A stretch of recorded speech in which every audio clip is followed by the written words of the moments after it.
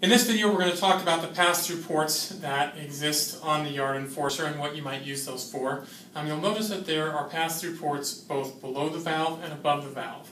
What those allow you to do is attach a hose that you can then attach to other sprinklers. So you could actually daisy chain a number of sprinklers if your water pressure allows for it and get a lot more coverage out of the Yard Enforcer.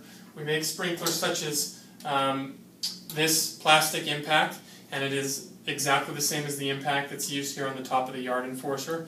It gives a good long spray, and it makes a lot of noise, which are all things that you want when you're trying to get pest control. That noise and the spray tends to scare off the pests. So you can get these at a hardware store, and then you can attach them to the Yard Enforcer and get a lot more coverage.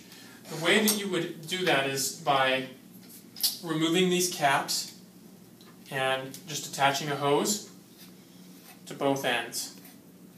Both ends being one end here and then one end to the sprinkler. Now, as I said before, there are pass-through ports above and below the valve. You would use the one below if you wanted it to be watering regardless of whether this was watering. So the water enters here, and then it would go straight out to another sprinkler and constantly be watering as long as your water source was on.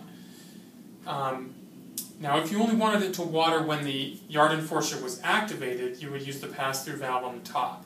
That way the water enters, it hits the valve where it's stopped, and this valve only opens when the sensor detects movement. Then when it opens, the water would come through, break off to the other sprinklers as well as the sprinkler here on the top.